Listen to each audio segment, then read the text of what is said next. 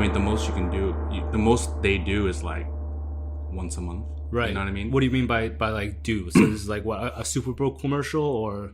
Sure. I mean, you can call this Super Bowl commercial. You can call it any big budget advertisement campaign. So for example, last year in the commercial industry, there's one guy named, I don't know how to pronounce his name, but Ian Pons Jewell. Okay. And so he won like the top commercial director and I forgot which ranking system. Yeah. And so he was saying in his interview that he was like ridiculously swamped in 2019 to the point that he wants to take a year off. And 2019 he did 14 jobs. So there's 14 commercials in 1 year. That's a lot. Yeah. I think like the majority of people who don't work in this field don't understand how much that is, right? And like I'm not fully into this field right now. I'm sure it'll be very different once I actually get to my production days. But like that's insane. Because there's stressful days. It's not like a 9 to 5. It's not like you go in the office as an accountant. Like you're on set for how many hours? On average, I mean, I would say 14 to 16 hours. And that's just on set, right? That's just production. Yeah. And then, I mean, as my role as a director, I'm also in, it's called pre-production, which is from everything from pitching my idea to like, how I want to, visualize the creative. Right. To actually selling it through. And then talking to all the other creative heads, like the DP, the production designer. DP is the director of photography. Editor, the props, all the different departments, plus the producing team, location. You're like the CEO essentially. I always use that like as an example. It's like almost like a small business, and like the director is sort of like a CEO, and you have like the chief marketing officer, chief financial officer, set designers, all these people, and then the COO is the producer. It's like right. The operations heavy. That's not your role. Dude, that's crazy, man. What is because I think your work's obviously very good. I mean, I've seen your short film, but I was actually just watching your ASICS commercial. Which is like seeing that entire market grow in China has been really cool, and I'm sure you've got to work on a couple of sports campaigns, or like you've also seen that from an ad side. Like they're crazy now. Like Nike commercials, what they are now versus 7 years ago in China, night and day. Right. But I would also even beg to differ that back then there's some even great creative stuff that came out. Probably, Nike, Probably, and now it's sort of turned into. I guess it's just like it's like a cycle, right? So, for example, recently there's some commercials that Nike did from, I think, over 10 years ago, like 10, 15 years ago. And they're brilliant. I mean, it became like 很火, like, really popular in China. And these are Chinese commercials, right? And, and the creative was just great. It really stood out because it was different than what you see had more now. freedom back then, right? Maybe. Because also, like, what they were doing was so different than the norm here because the commercial industry changed so much. That Nike has always been a leader globally, very much so, in terms of creative and commercials, right? And so so when that commercial came out, people were virally pushing it out. It got big again, right. And then you compare it to, I'm not saying the current Nike commercials are bad, not at all. I mean, they're still pretty good. It's just that there is a trend, But back then, that creative was just so much more interesting. Dude, it must be such a weird feeling just sitting there and watching all these commercials and taking all this in and having this understanding for 10 years. Because I'm sure the average person can't. I think the average person maybe remembers like the Colin Kaepernick commercial, right? But for you, that catalog is so much deeper, right? Like, do you have to watch commercials in your off time? Do you do that to just learn, I guess, right? Or see market trends? Or does that? Well, I think it's part of my job, right? So I think it's part of my job to keep up to date with what's going on. To see what other markets globally are doing for each brand, especially if I'm good right now, but especially for like brands that I'm working on. So for example, when the ASICS that you just said, when I got that creative brief, I looked around because the I Move Me, which is their tag, I mean, it was done globally. So I looked at what other people did globally, and there's a lot of different styles and I realized that it really is catering to the market. And so when I came in with how I wanted to do it, it was a little different than what they did in the past. But it was heavily inspired by like, I think there's different ways to shoot it. It's like I did a little bit more seriously, so you watched it. So it's very rhythm based. It's it's kind of the like, timing on the beats was very the cuts on the editing floor. I'm sure that must have been fun. Yeah, it was fun. That's like, and obviously I don't edit that much stuff compared to you, but when I didn't going into this, I didn't realize how big editing is a part of the process. Right? Like, I think to the average person, editing is just, it's just something you do at the end. Like, they things like editing a fucking essay, which is, I guess that can be complicated as well, right? But like editing as a director, you have, like, that's such a big part of your work, isn't it? Sure. Yeah. Editing in terms of everything from the beginning to the end. I mean, editing your words and how you're going to shoot it. Right. You're editing yourself, how you're going to express yourself or express the message that you're trying to tell. And then you're editing and with the footage you shot with an editor, how to create that story in post, which sometimes it just turns into something else. Working commercially, do you have the same freedom? No, you don't. Right? No, I need a break. No. I need a break. Yeah. You should go back to creative stuff. I do want to. I am trying to. I guess I was mentioning this to you before. Yeah. So in 2016, I stopped my full-time job at an agency, and and I decided to go back to filmmaking. And that's my background. And I went to New York, wrote, shot, produced, a film. Yeah. And that was my goal, to go there just to do it and then come back. Right. And to do two things. One is to make sure that I do love filmmaking. Yeah. And two is make sure that I can do it. Right. Do I have the ability? Yeah. You want to test yourself. Exactly. Yeah. I haven't done it in so long. Yeah. So I did it. I came back and I had no idea of going into the commercial industry. I had not had that plan at all. And I was kind of like wet behind the ears. I was like, I'm going to just like work on my script and, make a film and not thinking about paying the bills or anything like that. Right. It's not like I had a lot saved up. Yeah. That's a benefit though. Like sometimes if you don't think about all these possible problems you can incur, right, these things might hold you back. Yeah. So, I totally agree. And back then, I was just a lot more focused on just doing what I wanted to do. Yeah, buddy. And not caring about... And plus, my wife was supportive. And she's like, just do what you got to do. That must be nice to have that rock. And Howie, like, this is one thing that I'm so fascinated with. We've discussed it on the podcast before. But, like, I'm incredibly fascinated with that, like, little fucking, let's call it area between thought and action. Right? And, I guess you took that twice. You took that once before you went to New York. Like, I'm sure at one point you had a thought. But then it was another thing for you to take that into action, right? So when Justin out here asked him this, I was like, what was that difference between, hey, I want to start a podcast, and then actually, what equipment do I, and how do you define that? Some people don't define that until you actually hit record. Some people don't define that until you hit publish, right? So like when you're working at an agency and you're like, this is not what I wanted to do, I guess. And when was the thought of, hey, I want to maybe go to New York and do my own short? And then when did you actually, I guess, take action on that? Well, I think it was a build-up, right? So, and were there any tipping points that affected that? Yeah, I think so. So, it was building up. Basically, what would happen was pre-2016, 2015, I would have a really bad insomnia, right? And so I would be lacking a lot of sleep, because I couldn't fall asleep. That's not good, man. And the insomnia was triggered from anxiety. Yeah, I know. I'm kidding. I wanted to look natural drugs. Yeah. Things you can't get. Yeah. LSD. Yeah.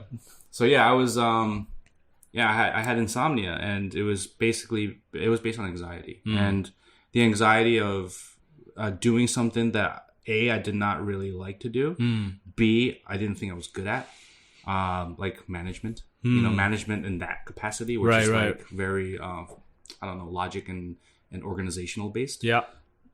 And then just basically talking with clients and people and constantly pitching, which is funny because I do that now as a director, but it's a very different skill. You get more control over it now, I think, right? Or I guess it's different. Agency it's different, yeah. Because I had to kiss ass and I had to think about how to like service. Yeah. You know what I mean? But in my role now, I'm able to just speak my mind and just be me. Yeah. And if they, disagree or get offended, then I'll be like, okay, well, let's see how we can find a solution. Yeah. And I'm not trying to be like, hey, how you doing? Trying to get the job and something like that. I mean, I don't care. Like, yeah. So that's a big difference. Yeah, dude, I got that energy from you when we did the last podcast, right? So I think, obviously, I took a lot away. Justin and Eric were great as well, but like I took away from that, and I love meeting, especially men, especially Asian men, who I think are kind of at that point where you're comfortable with who you are now, and like you've achieved that first block of success. Like I'm sure down this path you're gonna grow so much, but you've got that first block, And now you're just like, this is just who I am. I know what I'm good at. I know where I have room to improve. Like meeting men like that, I think is really cool. And that's why I want to have you on here versus meeting probably a lot of people you know in Shanghai as well, who maybe are younger in their 20s or whatever, who just have that like fucking insecurity, right? You know, when you meet a guy and there's such like that insecurity that he's just not sure and he projects it in different ways. Yeah, well, they usually overcompensate in different way. So meeting somebody like you, especially in a field like this for me, was just really cool, man. Oh, cool. Cheers, man. And you look great. Like you look healthy. You look much less stressed now. I'm hiding it then. I'm stressed. Like I think I'm at that point. I just started having insomnia. This shit's fucked up, dude. I've had great sleep my entire life. Shit. Yeah. Until this year, and now like throughout the night I wake up 4 times. Fuck. You know, it's so fucked up because, like I said, that insomnia that I was going through, it lasted, and I always battled insomnia on and off for most of my life. You know, not most of my life, after college, right? And ever since 2016, I don't have insomnia anymore. Dude, that's awesome. I'm not even joking. Man, maybe I fall asleep like this now. Maybe that's a vice. Once I actually go down this path, maybe I'll be like that too. Yeah. It's like absolutely anxiety based. Like I have dreams now, first time in my life, where I'm waking up stressed about the work I have to do that day. Yeah. Maybe that means I'm not doing the right thing. Well, that's normal. I think that's okay because I still have that now. You know, because I'm stressed. I mean, stress. I break it down to 2 different types of stress, right? So one stress is where you just want to jump off a building because you're just trying to avoid the day because you just hate facing what you have to face. Yeah. There's another type of stress, which is I just don't have enough time. I just need to like do this, do that, do that. Sure. And you're not thinking about the negative aspects of it, of like emotionally. You're thinking about the negative aspects of logic, of like, I just wish I had more time. I just wish I could, I don't know, like the client was more like, I don't know, listening. Logic based, I would say. And so that's what I'm going through now. Yeah. As opposed to emotional stress where I'm like just so unhappy and it's just different. Can I ask you something? Yeah. When did you figure that out? Like, was it in 2016, I guess, when you made this jump? Or like, when did you figure out that there was another side to this, I guess, in terms of like how I didn't. I mean, it was I guess, like I said, it was building up for years. Yeah. And my personality, and this did not change until I got older. Being a Libra, I was very indecisive. Okay, I don't know what a Libra is. Yeah, so I have to explain that. So Libra is like a very indecisive person based off of the definition. When's your of birthday? a Libra. October 12th, just passed. Oh, okay. I know a lot of Libras then. I have a lot of Libra. My mom's a Libra. Oh, okay. She's very indecisive. Well, there you go. It drives me fucking crazy. There you go. But It drives a lot of people crazy. Oh, man, yeah. And so I think, and you're always like trying to please other people. So that's another aspect of Libra, because you're always worried about how other people are, their happiness and stuff like that.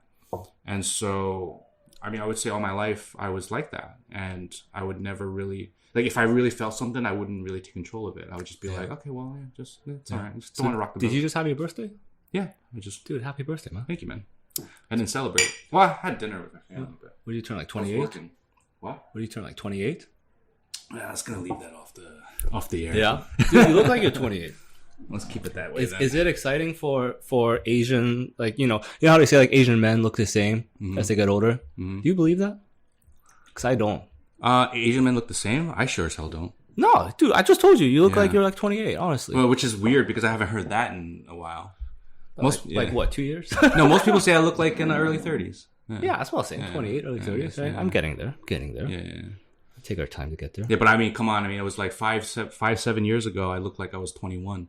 Yeah. And ever since like getting like overworked and stressed, it's like definitely Asian. But that's a separate crazy thing. Yeah. Like when people don't take you seriously because you look too young. Yeah. That's a separate thing. Yeah. I think there's a line.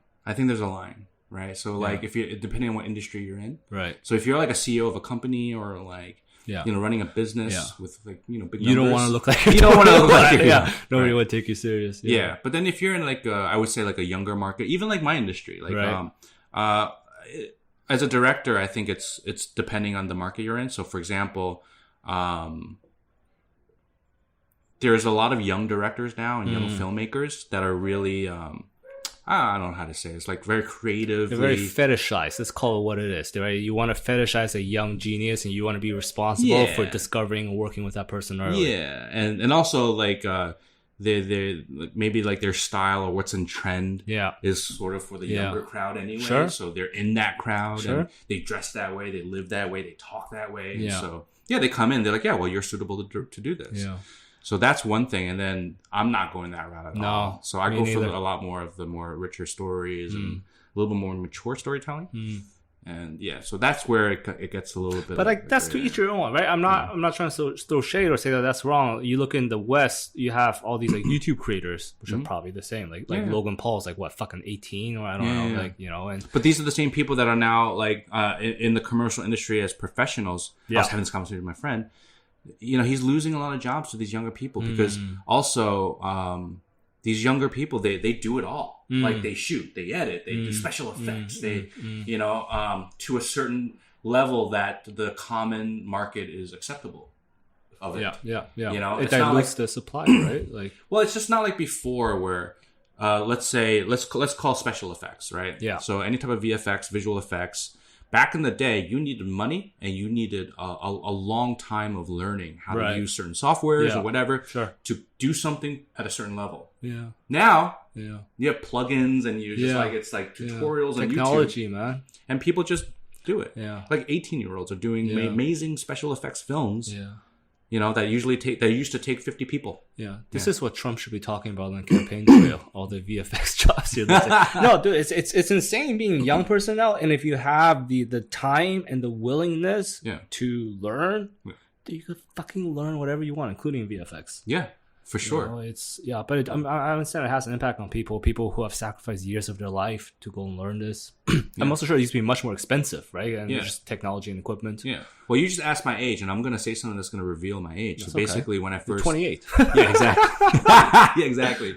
So when I first graduated school, the first job I had was shot on film. And shit. There you go. So you're like 29. 29 and a half. Yeah. And so, I mean, when you're shooting on film, the people that are loading the film stock or handling the film stock, it takes a lot of experience to understand how to make that work. And it's not someone that just comes out of college and you can just jump right into it.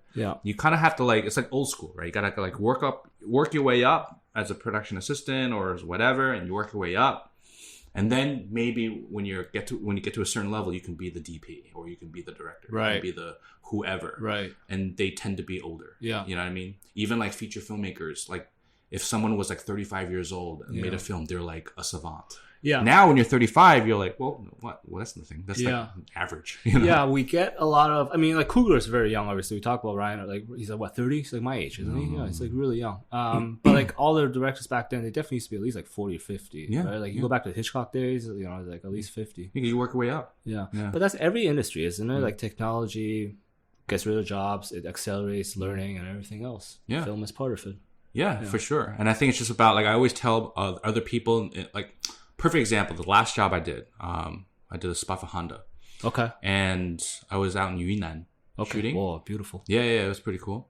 Oh, yeah. I remember you told me about this. I saw the post. I was like, fuck you. I wish. Can you hire me as a grip next time? So the DP on that was older than me. And he's in his 40s. And he looks older. He looks like he's 50s. You know what I mean? But he's already like, people talk to him like he's like a very old master kind of. Like kind China of Roger Deakins. Like literally, he's only like 40s. You know what I mean? Yeah. And so we were talking, and he was like, it's rough these days, because he's pretty well known in the industry. And he's like, it's rough even for me. Like I'm pretty well known, but I lose a lot of jobs to these late 20s. Guys, you know what I mean? These mid to late 20s, and early 30s, and they come out of nowhere, and because they their style is very now and whatever, and then he's like, I don't do that, I go old school and blah, blah, blah. That's beautiful. Like I fear the day that we're gonna lose that. I think it's coming soon. It's coming very soon, right? But like while you're here, this is what I told Justin. This is how I describe the podcast, right? So we're building a larger media company called the Noodle Shop. We're going to do a bunch of shit, a bunch of other people involved. It's no longer going to be my thing. Within this thing we're building, I just wanted one patch of grass where I can do whatever the fuck I want and I can pee wherever I want on the grass, which is this, right? So, you know, I don't know when next time I'm gonna get a chance to do this, but I would love to just do like a 30-minute detour into movies if you have the time. Like, I would love to kind of, you know, because this is an area I want to go into. It's an area you've been and you are, and it sounds like you want to go back into, right? And we'll talk about Deacon a little bit before this, but I think to begin with, I just want to ask, like, did you watch Mulan or no? Did you? But you've heard about Mulan, sure, right? Sure. Okay, so I would really look. I think Mulan might be the worst thing I've ever seen. Like about 20 really. Minutes. Possibly, yeah. I haven't seen it on multiple levels. Like, I think I can accept it if it was just a bad film. Like, in terms of, you know, character development, plot, stakes, whatever, dialogue, I would be okay with that. Did you watch Tenet? I did. Mulan cost more than Tenet. Okay. So when I heard about that, I was just feel like you're burning money at this point. Like, this is, and then on top of that, it was offensive. I found, at least. So I got about 20 minutes in. And you walked out? Not much at home. I just turned it off. Oh, okay. Yeah. Yeah, I have heard there was some backlash about it. Yeah. But I did not have the time to really dig into seeing what it's about, nor watch it. So. Yeah, you should. It's really terrible. You should. I mean, I never even watched the animation, so I wouldn't even be able to compare it. So. The animation was nice, I thought. I gotta give you this book. It's called The Big Picture. So it was like this historical analysis on like the Sony. Remember the Sony hack? And a lot of the emails were like leaked and everything. They're just talking about like the future movies and how that's changing, you know, and how we're gonna see like the ripple effects. Like Scorsese talked about superhero movies, and if you just like how box offices and films are trending in general, like you're losing a lot of, you know, like Gone with the Wind will probably be never made again because it just, you know, doesn't make sense statistically or in the box office. Would you agree with that? What's the next age in like filmmaking? Is it more to streaming? Okay, so I think there will always be a market for traditional storytelling, if you want to call it that. But it definitely will lose the market to whatever the next thing is. I mean, one of the reasons why I think serial filmmaking has become, like TV shows and stuff like that, has become like huge is because it's number one, it caters to what modern technology provides to people, which is I get what I want now. Number two is the idea of binge watching. So once again, catering to that. You know, I want to watch it, so I'm going to watch it. You know what I mean? It's not like I'm waiting for, you know, the film to come out or whatever. Number three is the comfort of the home, right? Very comfortable. And people these days, especially the young people, I believe, they don't have the same relationship to cinema as I grew up loving going to the movies. Right? I did too. Yeah. And I enjoy it now more than ever. Yeah. And I just feel like the young generation, maybe even the ones that are not even out of high school yet, they're just so used to watching things on their small screen and on their computer screen or tablet that there is no need to feel that immersion, you know, the quality. Like even the idea of cinematic. What is cinematic, right? What is cinematic? You know, what is the idea of film? Right. So I think that as the generation continues, the young generation gets older, they start having money in their pocket to spend on what they want to see and what they want to experience. I feel like they're just not going to have that demand. So for example, another perfect example is whenever I shoot, I'm always looking to create things that are more, you know, cinematically inclined. What does that mean? It means like through the aesthetic of the way the colors look on the screen. Even the screen ratio of anamorphic or hyper widescreen. You know, the way the blacks look is more akin to like film as opposed to digital. I mean, these are things that I tend to be attracted to. But then when I talk to younger people, they're like, yeah, I get it, but you know, you don't need that. I mean, anything above 1080 is good, right? They're like, what? Pixels fine. What's 4K, right? Pixels fine. You know what I mean? Yeah. So it's just a different mentality. It's just like, you know, if you know, it's like when we grow up with, CDs and MP3s and like whatever. We're like I go past that. I go to cassettes. Okay, cassettes. Okay. Yeah. Okay. Well, let's go even farther back. Like records. Yeah. And only it was a small market. You know what I mean? From when I grew up, I mean, I love records, but we're niche. Yeah. The mainstream didn't care about that texture, a live sound, the sound it feels like it's like moving with the music. Yeah. No, they're fine. It's just I want crisp and clear. Yeah. And so who knows what in the future, what like 8K and 12K and whatever, crisp and clear, maybe that's good enough, and they don't need that film texture, that the feeling. Like, why do people like film? Because it's alive. The film grain is alive. It's moving. Right. Yeah, that's so interesting. I like where I stand on this is I think what initially captured our imagination for movies was a combination of storytelling and technology. Yes. And now more or less the technology is redundant. Mm-hmm. So I actually think we're trending more towards now the best stories are going to win out, which is great because, like what made Mission Impossible great in the 1990s were the explosions and the technology, in my opinion, right? Mm-hmm. And now that's more or less. And you had a lot of shitty movies back then, yeah. Right, but that was still new. Mm-hmm. So I think this is just a part of the process. I don't think films are ever gonna die because of how you just explained it, and because the good films are always gonna be there. Hitchcock is always gonna be there. Yeah. Coppola is always gonna be there, right? These things we look at statues now.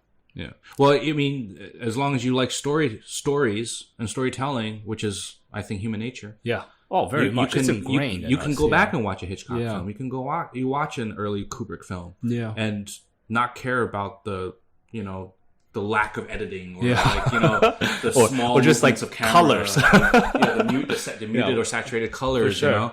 You can get away with it. It's even like I grew up I was never a film buff. Okay. Right. So that's one of the things I always get like, I get a little antsy inside when people ask me like, what's your favorite movies or who's your favorite director, blah, blah, blah. I'm like, I was never that guy, I have movies I like and that's it. But I remember specifically before going to college, I studied film. I mean, a black and white movie came on or a movie that came out that was like older than 5 or 10 years. I had no interest in watching. Yeah. As a young kid, teenager. Yeah. And I remember like the minute it came out, like, oh, it just looks bad, right? It just looks bad. I mean, I can't watch it. And it wasn't until later that I was forced to watch movies, and even now I still feel it sometimes, where you just sit down. And maybe I'm not in the mood to watch a film from the 1960s, a random film, right? But I know it's good.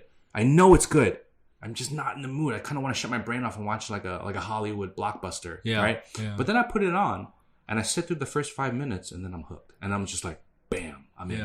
I'm in, They were so good back then, I think, because they really had to create stories. I relate to that. I think most people relate to that. I think part of that's maturity. Yeah. Right? Like the older you get, the more you want story. Because I think you live more. And going back to what we said about directors earlier, there's no substitute for experience. And like, I know I'm still incredibly young and I have much more life to experience. But like, I'm at a point now where I understand that. I think when you're 22, you don't understand that. That's a key right there. It is. And this is like a recent thing for me. You have to understand it. Yeah. Like, I know enough now to know that I don't know anything. Mm-hmm. Right? Like, and I think that's the maturity thing. This is part of it. You adapt. And this goes back to what I said. One of the things I love so much about meeting you was I feel like in life right now, like it's very clear. Now you just got to put in the work. Right? Yeah, exactly. Yeah. Now you just got to do these like fucking 4 shoots a month, right? Yeah. Because and you're confident in yourself. And I think that takes a bit of time. A long time. Yeah. And I hope more young men find that, especially. Yeah. I mean, I'm a late bloomer, I feel like I'm definitely late to the game. Yeah. I mean, if you can discover this in your mid-20s, I mean, I feel like that's like ideal. For me, it took like 29 years, Chabador. Yeah, but I feel like that's good. I think that's a good time. Yeah. 29 is great. It's beautiful. It is. Like, I'm very grateful. I'm very thankful. Like I said, I know I'm still young. I got so much life ahead of me.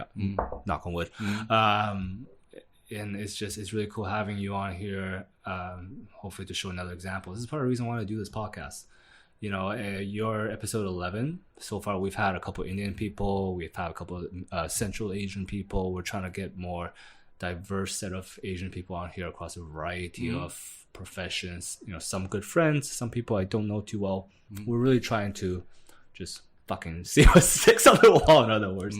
And if there's a kid out, say he's somewhere in Montana, there are no Asian people around him. He wants to be a filmmaker. His parents are like, no, you should be a fucking doctor. Somehow he stumbles upon this episode. The goal for this podcast is to show that, hey, here is a real Asian person for sure. who not only pursued this, but is at a point now where he is A, successful, B, growing, and C, happy. Well, for sure. And I can definitely... that's funny because that's probably one of my mantras. Yeah, that's awesome. Because growing up, I was not surrounded by Asians. Yeah. And my cousins and stuff like that that lived nearby, they all 100% went the traditional route. Yeah. And, traditional route. You know what I mean? Yeah, I know exactly what you mean, Howie. Yeah. So do all of our 12 listeners. Yeah. And basically, whenever I went visiting families, they would always kind of give me the condescending question of like, what are you doing now? You rock and roll. You doing comedy? It's just random shit. Because I was always doing everything that's like not